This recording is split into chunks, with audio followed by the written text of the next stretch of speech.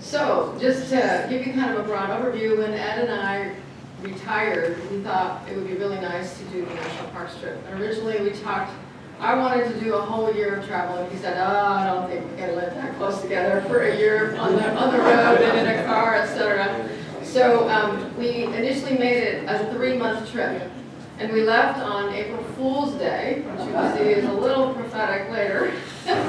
And his car was a almost 30-year-old Toyota Corolla, but it was in good shape, and so we thought we'd do okay. It had 160,000 miles on it. And for retirement, one of his colleagues gave him this National Parks passport book. And if you don't have them, they're pretty cool because they're divided by part of the country, and you can collect stamps, as in colorful, lovely stickered things, and also the proof, the ink stamp. So we made a joke to ourselves that in retirement we were bringing back to being 2-year-olds and collecting stamps and beautiful stickers. So that's what we did. Of course, planning is a huge deal. And this is the map. Can everybody hear me okay? Yes. Okay, so this is a map that comes with the passport. And we live in Washington, and we'd already been to many of the Washingtonian parks, but we wanted to do them in the summer for our trip because April Fool's, the weather is starting to get hot in California.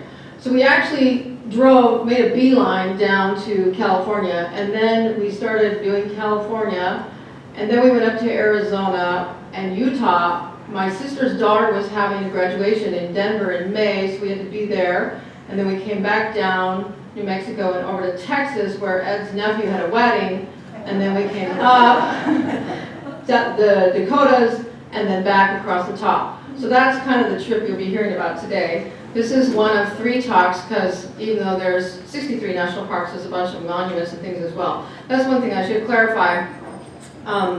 There are over 400 park units. That includes, that's the umbrella term that includes the historic sites, the monuments, the national rivers, the national seashores, the national lake shores.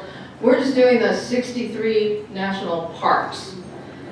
So in our planning, we wanted to drive no more than 350 miles a day. So we started kind of breaking apart the pieces, and we did this. You don't have to read this. The difference is that parks are done by Congress. Okay, right. Everything else is done by the president. That's true, that's true. Okay, so we made this route for ourselves so that we could figure out how to go where and what, and like I said, you don't have to read this, but it's just an idea of the planning that goes on in advance. We spent about 1/3 of our time camping, 1/3 of the time in hotels, and 1/3 of the time visiting friends and family. So it was a lovely, lovely trip. And then we had to think about reservations because a friend of mine said, you cannot get into Yosemite and think you're going to camp even in April. So we made a reservation there, we made a reservation in Glacier. That's actually the only 2 reservations that we had. This trip was in 2013. Obviously, things have changed a lot since then. We had a lot of support from AAA. I went there, I got 35 maps of different states. They gave us camping books as well as they had at the time some national park guidebooks as well.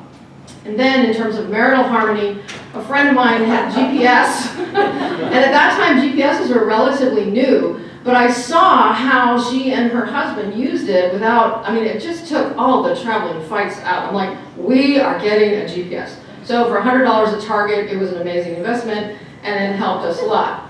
And then the next thing was packing, of course. So personal, we had large duffel bags each for our clothes, or for cold, snow, rain, sun, and heat. Boots, sandals, tennis shoes, meds, soap, shampoo, deodorant, toothbrushes, toothpaste, hats, headlamps, books to read, water bottles, day packs for hiking, and then the tent. So in the tent, we had a tarp underneath, which is standard, but we have a sneaky thing in that we put a plastic 2mm painter's plastic tarp on the inside, which is really thin, but it keeps everything dry on the inside if water should be so severe that the bottom gets wet. We didn't have any wetness inside our tent, except for one time, which I will tell you about, which is quite hilarious. Okay, and then sleeping bags, thermal rest pads, camp chairs, hiking poles, stove, fuel, cooker, food box, which included 12 pounds of nuts, tomato sauce, pasta, and rice, all the standards to get us going. And I had a As a dietitian, I felt compelled to do 2 weeks worth of menus and make the shopping list and the car stock list to support all that, because we were cooking on the road. And we had a kitchen box, which was our plates and bowls and cups and tablecloth and frying pan and camping pots and a lettuce spinner, my personal favorite kitchen utensil, a wire mesh strainer, wet ones, hand sanitizer, dish towels, dishwashing cloths, dish soap, plastic storage boxes for leftovers, hot pads, cutting boards. I had a spice box so our foods would be flavorful, silverware, and then in the cooler, oh my gosh, so we tried to do blocks of ice because they last longer. So that allowed the initial cooler run to be milk, cheese, yogurt, salami, beer, some wine, mayo, fruits, mustard, veggies, chicken, and meat. The mistake was we forgot the chocolate, which for a chocoholic like me is a problem. So, and then of course emergency stuff, jumper cables, first aid kits, an emergency box with our checkbooks and extra cash hidden away. So you can imagine with all this stuff, you have to figure out how you're going to get it in that little Toyota Corolla. So everything has to be packed just so, and you have to pack it the same way every time so that you know where to find things. All right, so we're ready to go. Our first day of driving, remember this is April Fool's. We're heading down I-5 and we didn't pack so well in that we put a 6-pack of beer on the cooler behind both the driver and the passenger seat. And a UPS truck came and swerved in front of our car because he was avoiding a playset that someone had, dropped onto the freeway. And so that UPS cut us off in a big way, slammed on the brakes, and the beer goes sliding forward. It's like, whoa, we were okay. But then later that day, we're still driving down I-5, we stopped for lunch, and we make our lunch from the stuff in the back in our cooler, all those foods I told you about, and we eat our lunch and we pack it up, and we get on the road, and suddenly I realized that things are jumping out of the car. We had forgotten to close the back hatch. There were tennis shoes and boots along the freeway, so Ed had to jump out of the car and go rescue that stuff. All right, so our first actual real stop, there was just a short little break, but we were going by the Tule Lake National Wildlife Refuge on our way to the Lava Beds National Monument, and the birds were beautiful. Okay, and then Lava Beds in California is a monument, and this is where I learned that if I didn't operate as clutch correctly, I would flood the carburetor, which meant that we didn't go anywhere for like 10 minutes. So it took a while before we could get on the road. Here, there are over 5,000 distinct images, both painted pictographs and etched petroglyphs dating to 6,000 years ago. And we also visited some of the lava tube caves. And we learned about white nose syndrome in bats, where this is a fungus that irritates them, and they wake up several times during their hibernation. And that wastes critical fuel reserves, and so they lose more weight than they should, so they wake up from hibernation more malnourished than usual. Makes it difficult for them to support their energy needs and puts them at risk for early death. So this white nose fungus was becoming a big deal, and they were inspecting our boots and making us walk through disinfectant kind of stuff before we went into the caves. Down the road is Lawson Volcanic National Park. Here we had dreams of camping, but we forgot that was because it's at high elevation. There was snow. So this is where snow got added to our list of, okay, we're gonna camp unless rain, really badly need a shower, and snow. So here they said, you guys are crazy, the campground's not open until May 1st, it's only April 3rd or something, you cannot camp here. So into a hotel we went. But we did get to take advantage of the very last ranger snowshoeing trip of the year, and we learned about the difference between the Jeffrey pine trees and the ponderosa pine trees. So Jeffrey pine trees have a gentle pine cone, they're called the gentle Jeffreys, and the ponderosa pine trees have a prickly pine cone. So prickly ponderosa, gentle Jeffreys. That was fun. We also saw here lots of fumaroles, and they were quite sulfury in stink. It was memorable, in fact, but it was a very beautiful place. On the road down to Yosemite, here we learned about bear camping. B-A-R-E, actually, as in keep your campsite bare of everything. If you left your campsite with anything on your table, including water, you got ticketed, and they would take your stuff away. They wanted everything that had a smell, including your deodorant, your toothpaste, not just food and drink, but everything in those bear boxes, B-E-A-R, in order to keep the bears out of the campground. We did watch as a neighbor's campsite got ticketed and they hauled away stuff. So Yosemite, this is Mirror Lake, and then Ed and I also in front of a very, very large fallen funeral tree.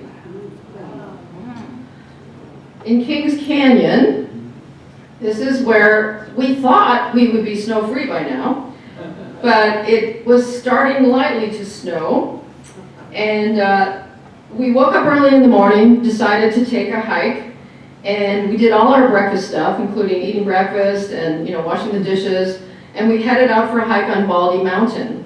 As we were hiking, it started snowing hard, and after about 40 minutes, we began to worry that we wouldn't be able to see our footprints. So we aborted the hike and headed back.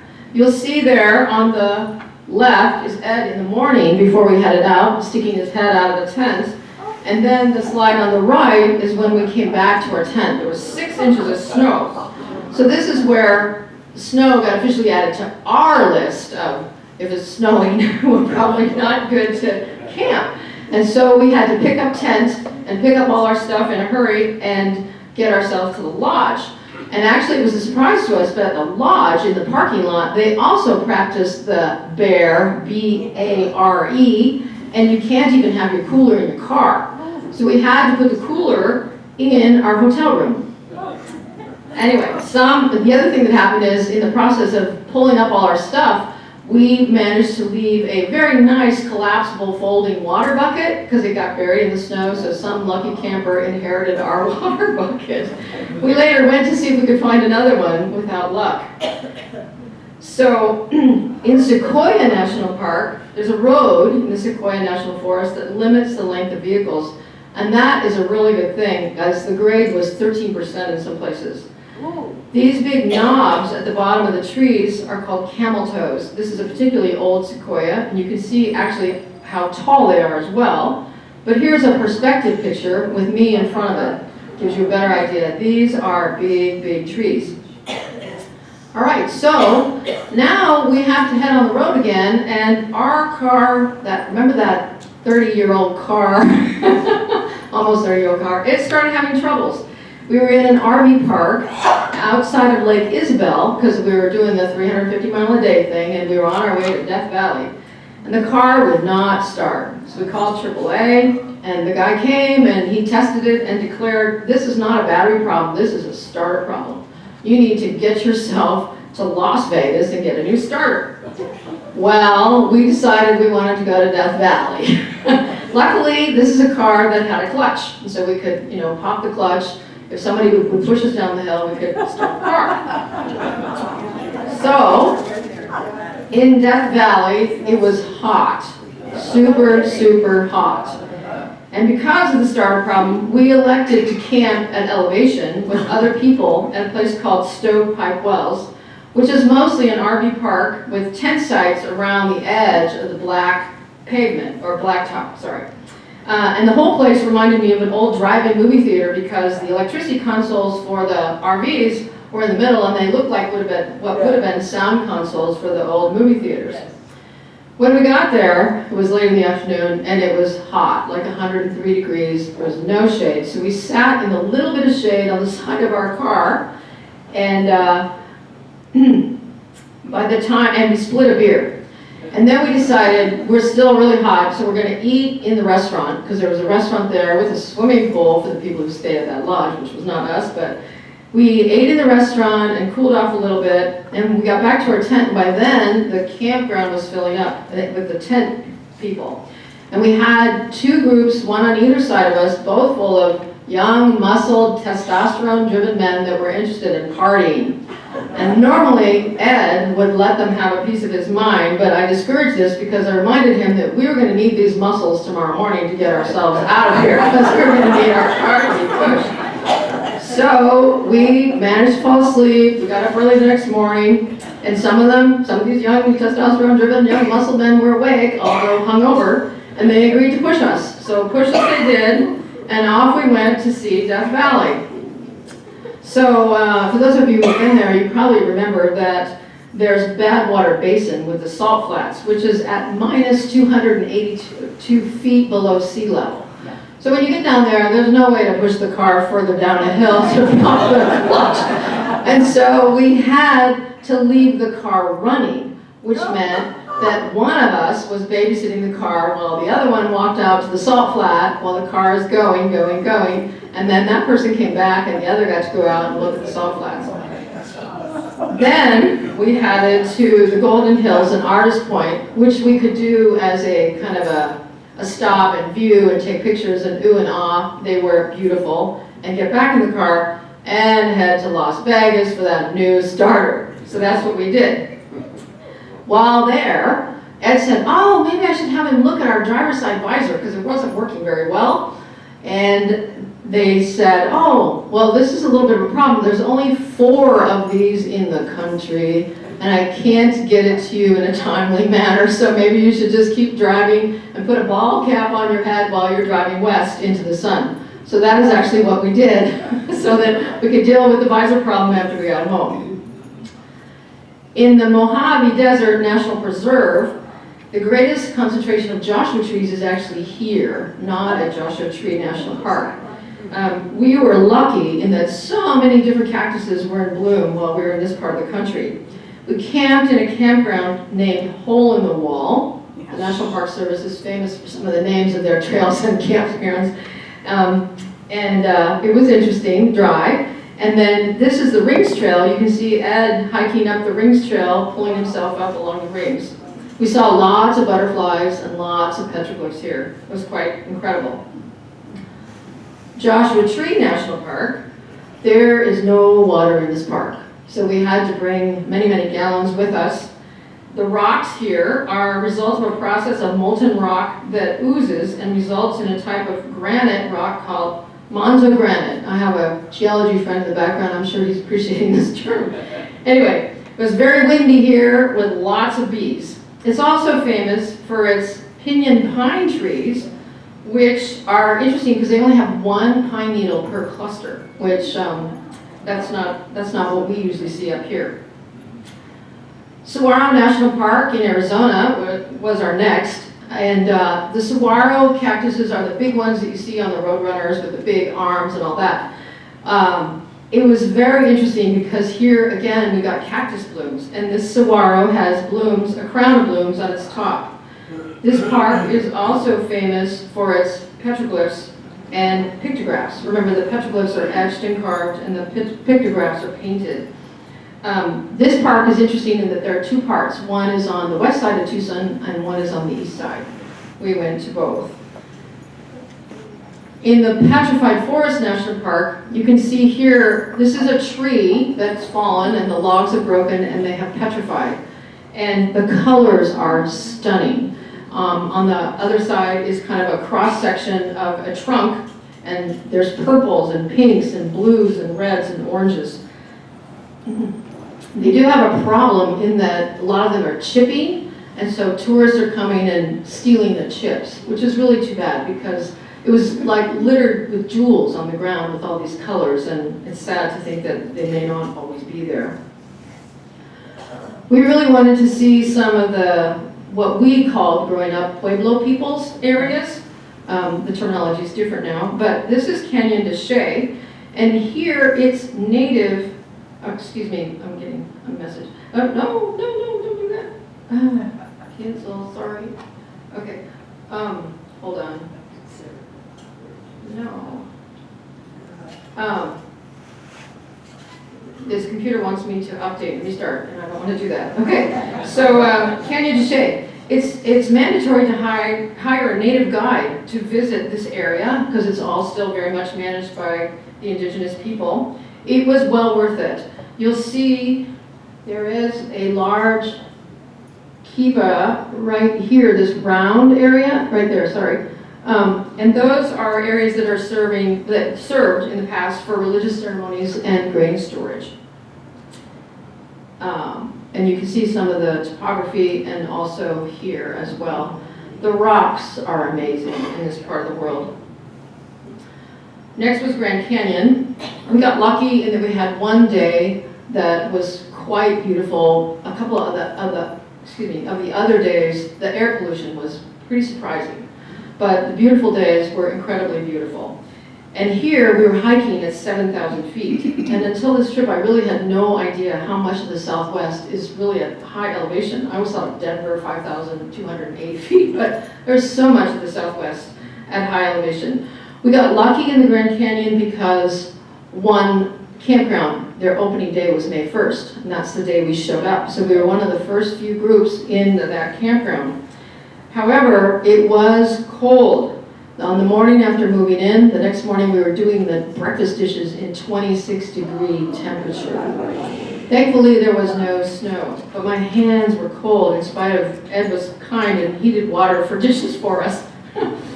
The Vermilion Cliffs in New Mexico, we love the red here. There was a slatted shade cover over our little picnic table that was the only shade that we had. The cliffs that you see here are above Lee's Ferry, which is the put-in site for the rafters that are going down the Grand Canyon. And you also see an old-timer's attempt to use a balanced rock as part of his dwelling wall. And then for a bigger picture of what it all looks like, it's stunning. Zion is another beautiful place. This is different because they get 15 inches of rain a year. So you can see how much green there is relative to what you've been looking at. We did several trails here. This is along the Taylor Creek Trail. One of my favorite places was Red Canyon in Utah. It's famous for its bristlecone pine trees, which are reportedly the oldest living trees in the world, some as many as 4,000 years old. I loved this particular face in the rock here. It's like eyes, a nose, mustache, lips, and a beard. Old man. So he was one of my favorites. And then you can see here the hoodoos and spire-shaped rocks are quite entrancing. So coming down to Bryce, we arrived to Bryce Canyon in a snowstorm, which thankfully an hour later it all melted, but then we had hail the size of peas. So lucky for us, we had actually arranged for a timeshare condominium that was, as the crow flies, right between Bryce and Zion. So we thought we'll spend a week there and we'll go to Bryce a few times and Zion a few times. But unbeknownst to us, because again, we're still in May and our timeshare was at 10,000 feet at Brian's Head, the winter road wasn't open yet.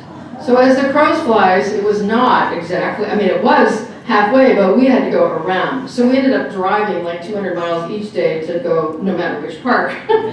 So it was longer than expected, and we actually dealt with a couple of snowstorms before even leaving our condo a few of the mornings, and we'd have to wait until the snow stopped, because again, we had quite a bit of degree of grade getting down that hill. All right, and another stunning picture from Bryce. Those are familiar photos. We went on to Escalante Grand Staircase. Here it rained so much that the visitor center staff told us to avoid any dirt roads because we'd get stuck in the mud and it would be challenging. They encouraged us to do the Calf Creek Trail and see the waterfall, which we did. It's very pretty. Arches. So arches in Utah, really famous place, lots and lots of arches here. Prior to this trip, we'd been to arches at least once. On this trip, we saw 5 arches: Delicate Arch, Skyline Arch, Landscape Arch, Tunnel Arch, and Pine Tree Arch, as well as Balanced Rock. You can see this one on the left is Pine Tree Arch, and then this one is another famous iconic picture that you see a lot of. Even when it's only 70 degrees because of the red rock and the lack of shade, it feels really hot. And the blue sky is beautiful, but it's really, really hot. Here's another one of my favorite iconic old men. You can see the eyes, the nose, the teeth. Anyway, love this photo. Okay, moving on, still in Utah, we went to Canyonlands, and this actually was also our second trip here.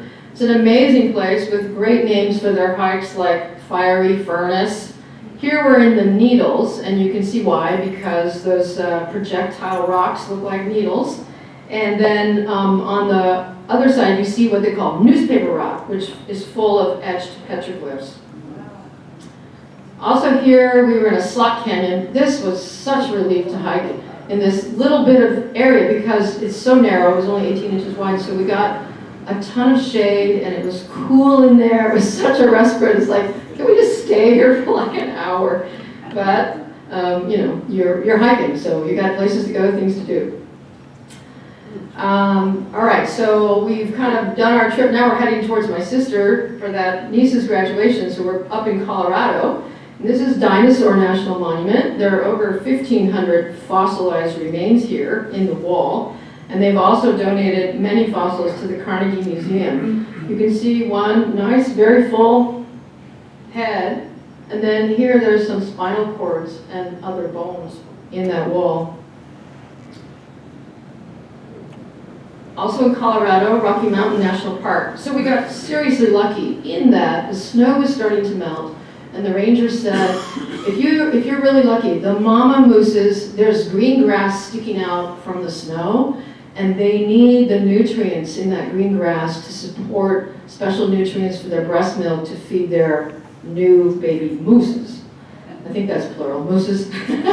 Anyway, so we did get lucky, and we saw this lovely moose, and then we also hiked at Beaver Creek,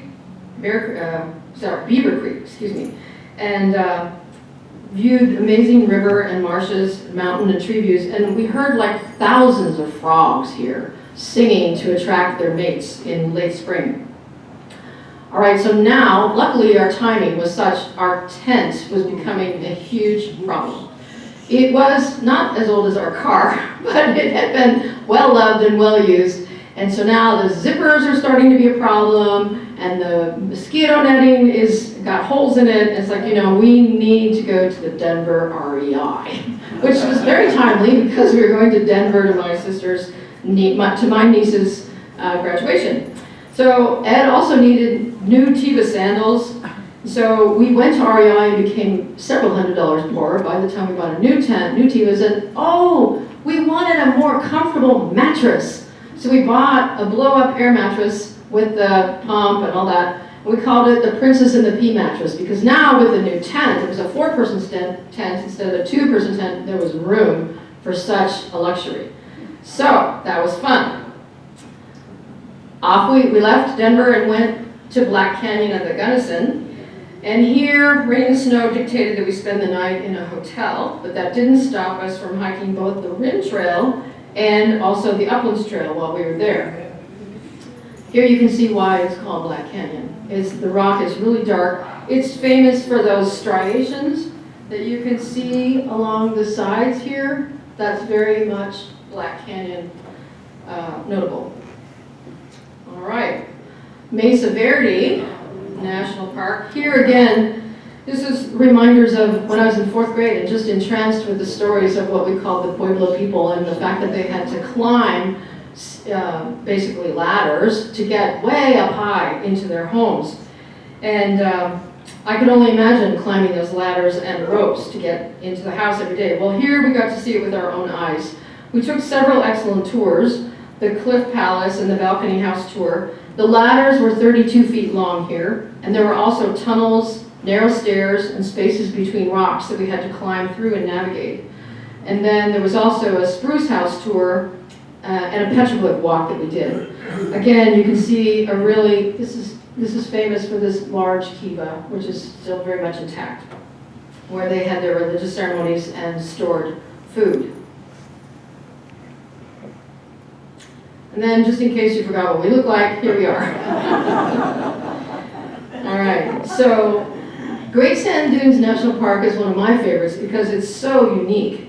So you have the dunes, one of which is 750 feet high. You have a mountain, and you have a river, which becomes a stream during certain times of the year. But the three are completely interdependent for their ecosystems.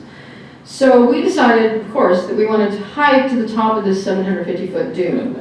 And of course, being Colorado with massive sun, use sunscreen everywhere, right? Okay, well, then the wind comes, and you're hiking up, and the wind is blowing, and sand is blowing, and pretty soon you have sand stuck to every orifice, in your eyes, in your nose, in your mouth, in your ears. It's everywhere. And the hiking is getting harder. We're hiking along this ridge that seemed a little, it had some structure to it, so it made it initially so that you could keep walking forward. But you come to a point where one step forward is a half a step back, and you're doing this. Pretty soon Ed is crawling on his hands and knees trying to move forward, and we thought, this is crazy. So we aborted that hike and didn't get to the top. You can see though, there's this tiny little figure up here that's very close to the top. That is not us, unfortunately. But then we did, on the second slide here, is the Dunes Overlook Trail. And we got to see the dunes from afar. And this trail was much easier, as it was similar to hiking the mountain trails in the Northwest with trees and soft surfaces to hike on. It was beautiful. And then an evening shot from there of the sunset. So Ed, the history guy, very fascinated with the other peoples. We went to Bandelier National Monument as well in New Mexico. And here, they could tell from the holes in the rocks that they had 3 floors of these pueblo houses. And it also is noted for its exceptionally large kiva. We did a tour called the Cliff House Ruins and the Alcove House, which involved 147 vertical foot climb on ladders. So here you see, that is Ed's back end.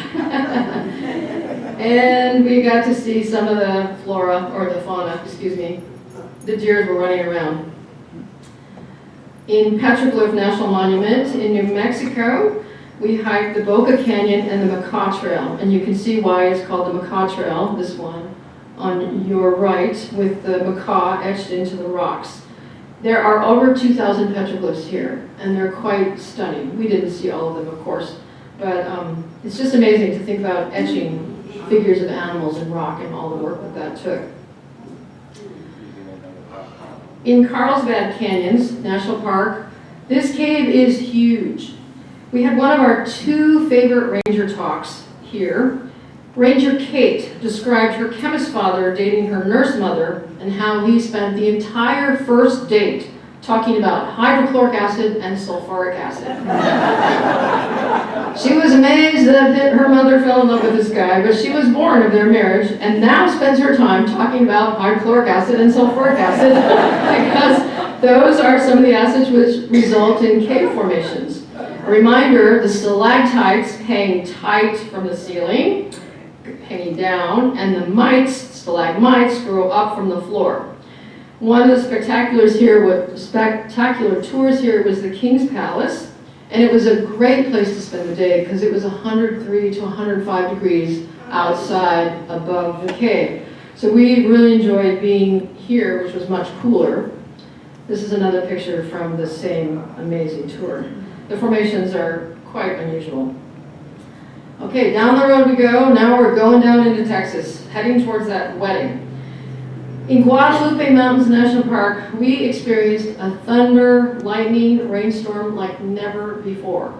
And we hadn't seen it coming, so until we ate dinner, we're washing up the dishes, and we see all these clouds heading toward us, and they are moving quick. So we thought, we better get in our tent really quickly.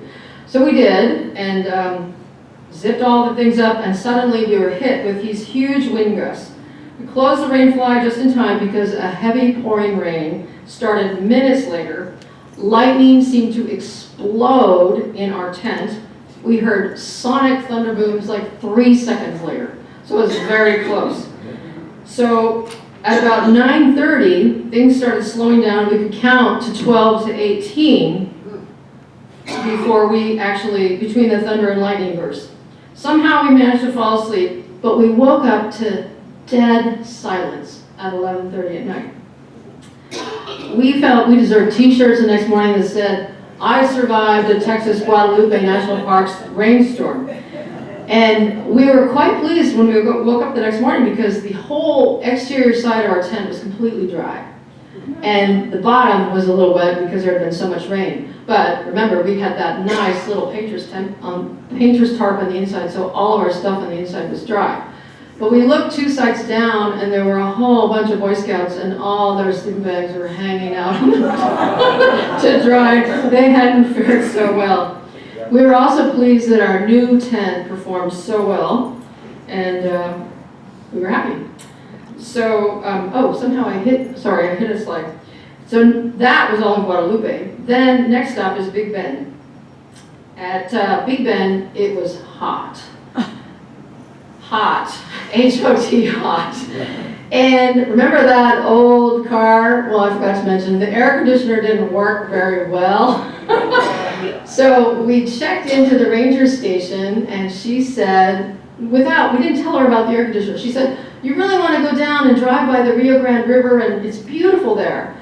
So we did as she suggested, and again, we didn't think to tell her about our AC, and so we were really hot. All the windows were rolled down, and we're just dripping. So we decided the next morning that when we went to talk to the ranger station, we would tell them that we did not have a functional AC. And then they sent us hiking higher, which was good. We also camped at 5,400 feet in the Chisos Basin because it was 5 to 10 degrees cooler. So here you see the Mule's Ears overlook, and then a nice view. And Big Bend, we're told, is spectacular in the fall when all the colors are out. We're here in June, so this is what it looks like in June. So we go to the wedding, and then we get back in the car, and we start heading north. And we stopped in Kansas at Tall Prairie Grass National Preserve, which is quite beautiful, and the grass is really tall, like this. And for any of you hikers who hike in grass with short pants, you know that ticks are a problem, right? So Ed got a tick, and he got a tick fever, which thankfully did not last very long. But the positive side is that we were able to camp without our rainfly, and the stars that night were just stunningly beautiful. And we saw lots of bison and lots of butterflies. Heading north to Badlands National Park. The land here is rugged, and again, it's really hot. There's just no shade, and it's very, very stark, but it's beautiful. Our wildlife viewings included bison, prairie dogs, and bighorn sheep. So there's a faraway picture of the sheep we saw. We saw a young couple that had a young baby that didn't have a hat on, and I felt my healthcare person kicking into gear, and I said, ma'am, you really need a hat for that baby. And she said, I know, I forgot it at the hotel. And I just thought, well, they'll go back to the hotel and get the hat. But I saw them again 45 minutes later, and there was that baby again with no hat, and I'm like, oh, I hope they don't land in the ER.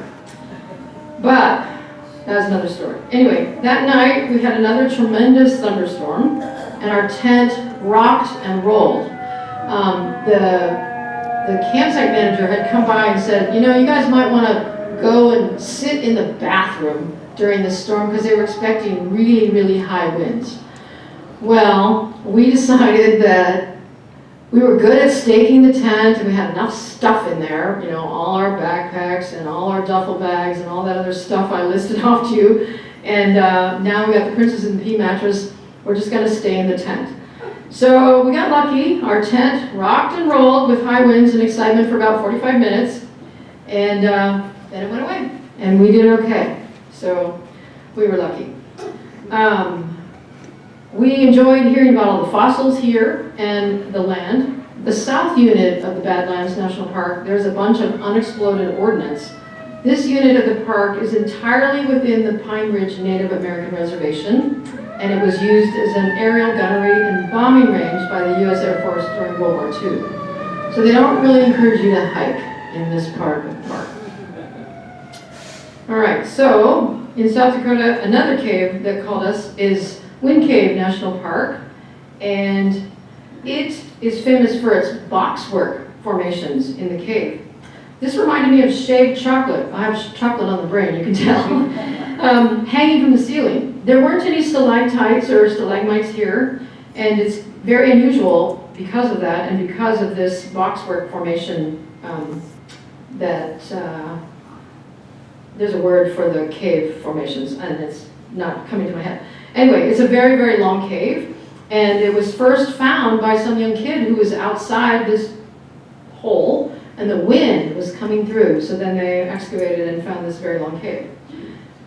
We went on a couple hikes above the cave, and one of them included crossing a grass field with 4 or 5 bison on it. It was a little too close for my comfort. Happily, they just looked at us, and you can see this little bird sitting on his shoulder, happily eating bugs or something. And then the marmots, they were happy to see us too, and very, very vocal about it. Of course, we have to go to Mount Rushmore and see our various important people: George Washington, Tom Jefferson, Teddy Roosevelt, and Abraham Lincoln. And that then led us to Crazy Horse Monument. So this white one is actually the model. This is the one that's being worked on. This was taken in 2013. So the one that's being worked on is actually bigger than all of Mount Rushmore combined. And his finger will be pointing to a plaque that reads, "My lands are where my dead people lay." So, along that theme, we next went to Little Bighorn National Monument, which is Custer's Last Stand. So this is a battle site for Custer's Last Stand, and our second favorite ranger was Ranger Steve. He was a history teacher who made the battlefield come alive. We were both shocked at how small this battlefield was. And apparently it was all about the economy. A recession was going on at the time, and gold was found in the Black Hills. There was a treaty with the Native Americans that said this was to be their land. Well, President Andrew Jackson felt like he should have it, so he turned it over to his Secretary of War to get the Native Americans out of the Black Hills. They refused. So they were led by Crazy Horse and 1,500 warriors, and they killed several battalions of the 7th Cavalry, where the different generals were unable to communicate with each other. It was old, this is in 1876. Many of the soldiers were recent immigrants and didn't even speak English. So you can see these white stones are for the soldiers, and the red ones are for the Native Americans. Heading on home, Yellowstone National Park, we've been here a few times. This time we stopped at Mammoth Hot Springs, which is a beautiful, beautiful place. And then we also hiked at Beaver Pond Loop Trail, where we saw coyote, deer, and pika. Other hikers reported having seen a couple of black bears, not too far from where we were, but we didn't see them. Yellowstone is, of course, famous for its animal jams, where the traffic is stopped because of the bison crossing the road. Anyway, we were lucky in Glacier to do a boat trip on Lake McDonald, and then also a drive up along the Going to the Sun Road up to Logan Pass. And sadly, the number of active glaciers is now only 26. In the 1850s, the area contained 80 to 150 glaciers. It's estimated they could all disappear by 2050. So that's Glacier. So now we're just headed home. We stopped by my parents' house in Coeur d'Alene. We saw so much on our trip in terms of places, geography, topography, animals, plants that grew, and learned so much about history and culture. We learned that we could be in the car together for 3.5 months and not kill each other. And we learned that the ice in Death Valley cost $5 a block in 2013, and in most places it was $1.25. They had, of course, to transport everything in. Gas and cigarette prices also varied widely between the north and the south. In the north, it was about 3 times what it was in the south. We learned also that we were going to plan more of these park trips so that we could eventually accomplish our goal of hitting all 63. And on this trip, for 110 days-ish, we spent $10,000. We thought that was pretty good because we camped about a third of the time, visited friends and family about a third of the time, and then spent about a third of the time in hotels. We also learned that as soon as we got home, we had to get Ed a new visor for his car, and that the next trip would require a new car. That's it. Thank you all.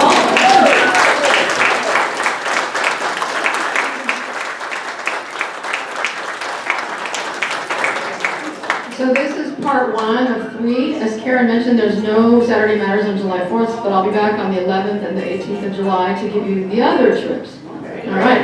Any questions? No? Okay, good. Oh, yeah. Go ahead, Carolyn. So I've been to quite a few national parks and they all run together in my mind in many ways. How do you, I mean, did you keep a journal? Yes. To be able to do this? Yes, so I kept a journal and I took all the pictures, and then I usually sent what my friends have come to learn of as Lipkin postcards. So I usually would send like 3 photos from each park and then a little tale. So I still have all those emails, and then also I have my journal. So, yeah, and I wouldn't have been able to do this talk without that. Anything else? No? Okay, thank you, everybody. See you in here.